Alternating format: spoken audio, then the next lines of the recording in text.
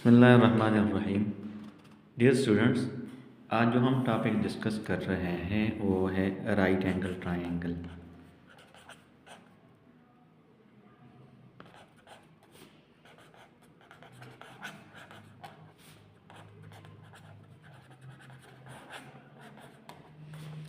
अच्छा, अब सवाल ये पैदा होता है कि राइट एंगल ट्रायंगल क्या होता है।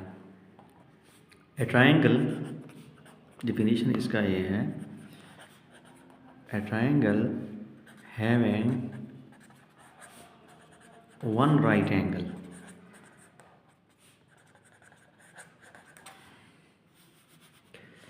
is known as right angle triangle।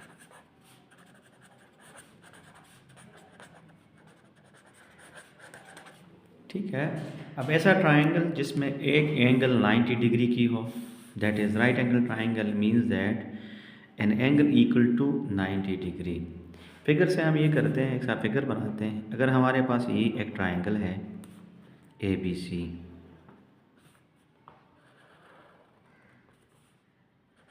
A B and C, और जब हम इसको इस तरह स्क्वायर मार्क करते हैं तो ये हम डिनोट करते हैं कि this angle is right angle and the measurement of this angle equal to 90 degree. ठीक है। So a triangle having one right angle is known as right angle triangle. In figure A B C is a right angle triangle. Angle triangle, ठीक है। अच्छा, जब triangle right angle triangle हो तो फिर इसके हम क्या करते हैं, इसके कंपोनेंट्स को डिस्कस करते हैं कि what are the components of a right angle triangle. Components of a right angle triangle. Angle triangle, ठीक है। अच्छा, अब इसमें तीन किस्म के कंपोनेंट होते हैं। इसमें देखें, एक इसमें होता है परपेंडिकुलर, पहले इसमें होता है हाइपोटेन्यूज, परपेंडिकुलर एंड बेस। ठीक है। इसमें तीन कंपोनेंट होते हैं। एंगल, इसमें तीन एंगल होते हैं। ठीक है। ये तो साइड्स हैं, ये तो हाइपोटेन्यूज, परपेंडिकुलर एंड बेस। और इसमें तीन एंगल होते हैं। इसमें एक एंगल जो होता है वो राइट एंगल होती है, राइट एंगल, और दो होते हैं एक्यूट एंगल, एक्यूट एंगल्स। ठीक है। अच्छा, अब इस ट्रायंगल में हमारे पास ये एक 90 डिग्री का है और एंगल ए और एंगल बी ये दोनों एक्यूट हैं। एक्यूट इस एंगल, उस एंगल को कहते हैं जिसकी मेजरमेंट 90 डिग्री से लेस हो। तो देखें, we know that the sum of the interior angle of a triangle is always equal to 180 degree. तो angle A plus measurement of angle B plus measurement of angle C will be equal to 90 degree. अब इसमें angle C 90 degree के है, तो ये दोनों क्या, ये दोनों इसका सम जो है 90 डिग्री के बराबर होगा। अच्छा, अब देखें कंपोनेंट्स के लिए हम फिगर दोबारा बनाते हैं बड़ा।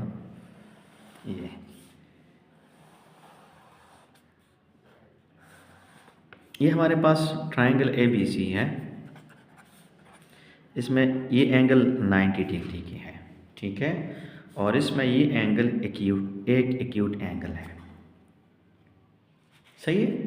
अच्छा, अब देखें opposite side to the right angle, इसका जो अपोजिट साइड है this is known as hypotenuse, सही है। अब फिर दो साइड रहते हैं। अगर हम इस एंगल को लेते हैं, इस एंगल के लिहाज से इसके दो साइड हैं, एक इसका अपोजिट साइड और इस दूसरा इसका एडजेसेंट साइड जो इससे लगा हुआ है। एडजेसेंट साइड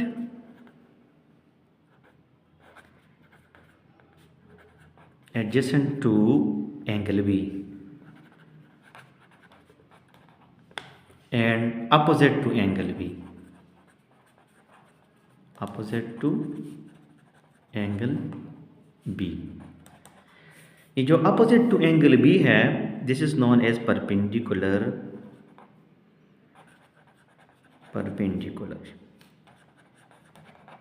और adjacent to angle B है, this is known as base with respect to angle B,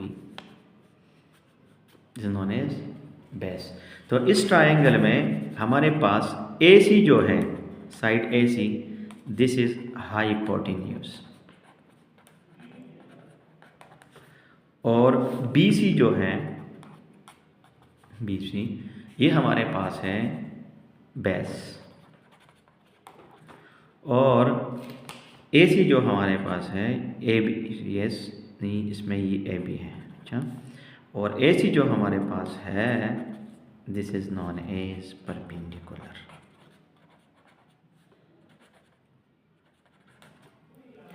ठीक है, अगर हम इस ट्रायंगल को ऐसे लेके, वही ट्रायंगल है ये, वही ट्रायंगल ABC है, मैंने दोबारा बनाया, ठीक है, ABC। अब हम इसके लिहाज से अगर देखते हैं, जो सबसे लॉन्गेस्ट साइड है वो ये है, opposite to angle C, opposite to right angle, this is known as hypotenuse. इसका जानना ज़रूरी है, ठीक है। अच्छा, अब एंगल A का एडजेसेंट साइड ये है, adjacent side to angle A, and opposite side to E है, opposite side to angle A, सही है। सो एडजेसेंट साइड जो होता है ये हमारे पास होता है बेस, तो अब इस केस में AC हमारे पास बेस है, ठीक है, और जो BC है दिस इज परपेंडिकुलर, क्योंकि डिफिनीशन ये है कि opposite side of acute angle is known as perpendicular and opposite side and adjacent side to the acute angle is known as base. So here in this case, अब angle A के लिहाज से hypotenuse वही है, AB is hypotenuse,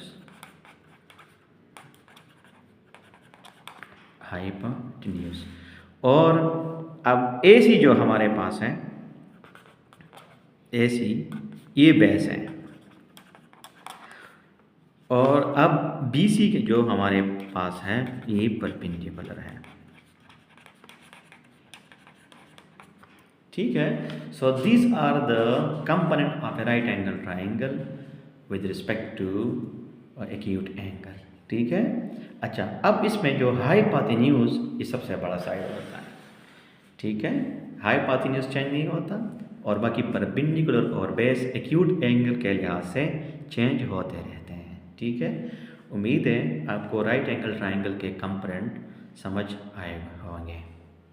अगर ये video अच्छी लगी है तो इसको आगे भी शेयर करें और चैनल को भी सब्सक्राइब करें, क्योंकि अभी हम जो इसका नेक्स्ट जो हम स्टार्ट कर रहे हैं वो है ट्रिग्नोमेट्रिक रेशो।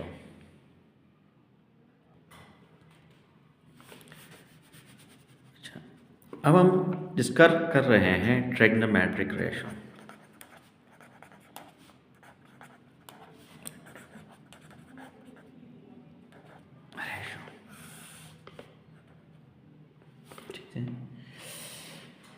अच्छा, देखें हमारे पास trigonometric ratio, the ratio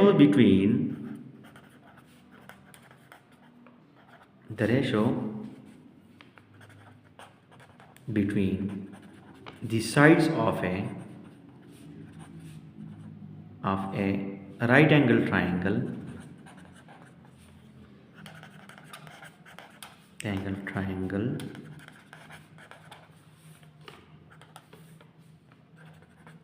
are known as trigonometric ratio.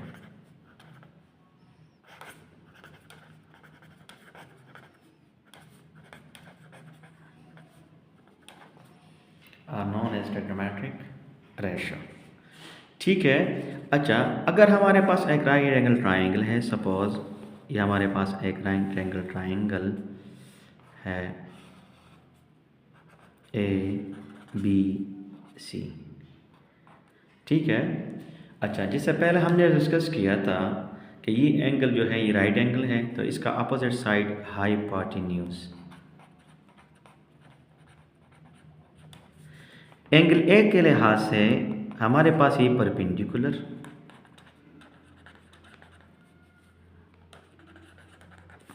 और ये हमारे पास हो गया बेस, ठीक है। In which suppose we have a right angle triangle ABC,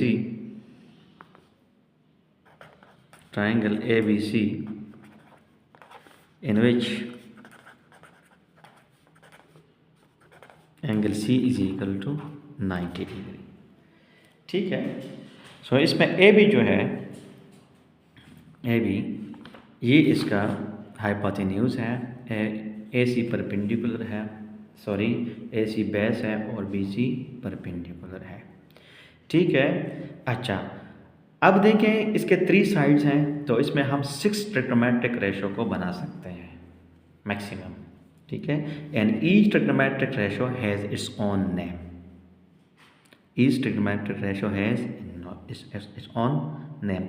We start the first ratio, which is taken between perpendicular and hypotenuse according to angle A. Suppose the measurement of this angle is theta, ठीक है।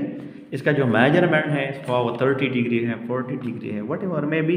एक acute angle है, 30 degree हो सकती है, 60 degree हो सकती है, 45 degree, what ever may be, लेकिन एक्यूट हो सकती है लेस देन 90 डिग्री होगी, सही है। तो हम देखें इस परपेंडिकुलर को हम P से ज़ाहिर करते हैं और इसको H से ज़ाहिर करते हैं और इसको सपोज कैपिटल H से ज़ाहिर करते हैं, सपोज लेट सपोज, और इसको हम कैपिटल B से लेते हैं, ठीक है। तो देखें ये परपेंडिकुलर जो हम लेते हैं तो इस एक्यूट एंगल के लिहाज से लेते हैं, क्योंकि इस एक्यूट एंगल का अपोजिट साइड है। तो देखिए परपेंडिकुलर डिवाइड बाय हाइपोटेन्यूज, क्योंकि हमने पहले डिफाइन किया the ratio between the sides of a right angle triangle are known as trigonometric ratio, तो हम परपेंडिकुलर और हाइपोटेन्यूज के दरमियान रेशो लेते हैं, ठीक है। तो इस रेशो का जो नाम है with respect to this theta, तो इस रेशो का जो नाम है साइन थीटा, ठीक है, साइन थीटा। सो साइन थीटा को हम एक ट्रिक से याद कर सकते हैं कि सम पीपल हैव, तो ये देखें S for sine, so sine theta. अच्छा, P for perpendicular and H for have. So some people have, ठीक है, curly some people have, तो sin theta is equal to some people have। अच्छा, दूसरी जो हम रेशो बना सकते हैं वो बेस और हाइपोटेन्यूज के दरमियान, देखें बेस डिवाइड बाई हाइपोटेन्यूज। तो इस रेशो का जो with respect to this theta, with respect to this theta, so this is its full name is cosine theta, cosine theta, shortly written as, shortly this is base divided by hypotenuse, ठीक है। तो देखें इसको हम shortly cos लिखते हैं, COS cos theta is equal to base divide by hypotenuse, ठीक है। अच्छा, तो देखें इसका जो ट्रैक है curly brown hair, curly brown hair. देखिए C for cos, so cos theta, B for brown and H for hair for hypotenuse, ठीक है। So cos theta is equal to base divide by hypotenuse, ठीक है। अब हमारे पास next जो हम ratio बना सकते हैं थर्ड, वो हम परपेंडिकुलर और बेस के दरमियान, परपेंडिकुलर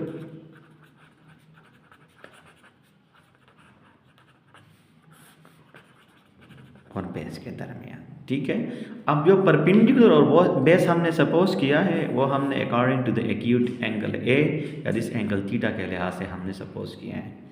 ठीक है, तो देखिए परपेंडिकुलर और बेस के दरमियान जो रेशो है this is tangent theta,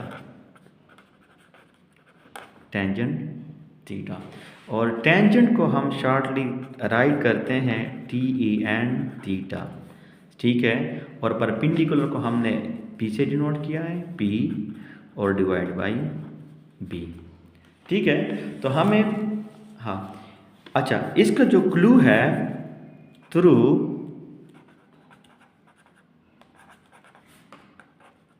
proper brushing, proper brushing. ठीक है, so this is T for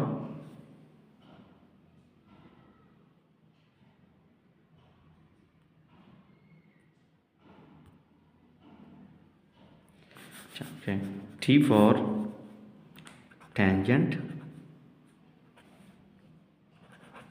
and P for perpendicular and B for base। ठीक है, तो हमने अभी जान लिया, थोड़ा रिकॉल करते हैं कि sine theta is equal to perpendicular divide by hypotenuse. देखिए मेरा जो खुद तरीक़ाकार है कि आप एक साइन को याद करें, बाकी आपके सारे खुद याद आ जाएंगे। ठीक है, पहला perpendicular by hypotenuse cos theta, base by hypotenuse. ठीक है, और तीसरा जो है this P by B and tangent theta is equal to P divide by B। देखें पहला वाला परपेंडिकुलर हाइपोटेन्यूज का cos theta, base by hypotenuse, और tangent theta is equal to what, perpendicular divide by base. अब reciprocal of sine theta is cosecant theta, shortly written as yes cosecant theta. अब इसका reciprocal क्या होगा, hypotenuse divide by perpendicular. ठीक है, अच्छा the reciprocal of cos theta is equal to secant theta. ये मैं इसका क्लू ये देता हूँ कि S into C, C into S. ठीक है, S into C, C into S, secant theta is equal to, इसका रेसिप्रोकल ले लें तो हाइपोटेन्यूज डिवाइड बाई बेस हो जाएगा। इसी तरह टेंजेंट थीटा का रेसिप्रोकल कोटेंजेंट थीटा। ठीक है, तो ये हमारे पास आ जाएगा बेस डिवाइड बाई परपेंडिकुलर। देखिए अब आपने साइन याद किया कि परपेंडिकुलर डिवाइड बाई हाइपोटेन्यूज, तो cos automatically base by hypotenuse, और टेंजेंट फिर परपेंडिकुलर डिवाइड बाई बेस। ठीक है, तो इस तरह इसको याद करना आसान है। This is according to angle A, acute angle theta. These are trigonometric ratio. इंशाल्लाह उम्मीद है आपने अगर इस लेक्चर को पूरी तरह पढ़ें तो आपको ये सारी चीज़ें आसानी से समझ में आ जाए।